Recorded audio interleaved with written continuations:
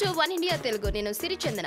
IPL 10వ సీజన్లో చెత్త ప్రదర్శన చేసినందుకు అభిమానులకు బెంగళూరు కెప్టెన్ విరాట్ కోహ్లీ క్షమాపణలు కోరారు. అంచనాలకు తగినట్లు ఆడటంలో విఫలమయ్యామని, అభిమానులను నిరాశకు గురిచేశామని పేర్కొన్నాడు.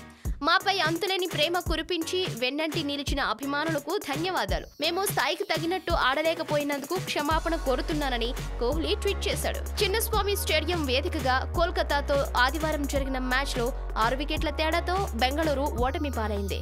మ్యాచ్ ముగిసిన అనంతరం విరాట్ కోహ్లీ మాట్లాడాడు. ఐపీఎల్ 10వ సీజన్ను త్వరగా మర్చిపోవాలనుకుంటున్నట్లు కోహ్లీ చెప్పాడు. ఐపీఎల్ 10వ సీజన్ తమకు ఏదీ కలిసి రాలేదని వాపోయాడు.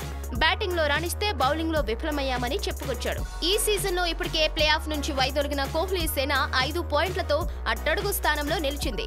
ఇప్పటి వరకు 13 మ్యాచ్లాడిన బెంగళూరు కేవలం 2 మాత్రమే విజయం సాధించి 10 మ్యాచ్ల్లో పరాజయం పాలైంది. ఒక మ్యాచ్ వర్షం కారణంగా రద్దయింది.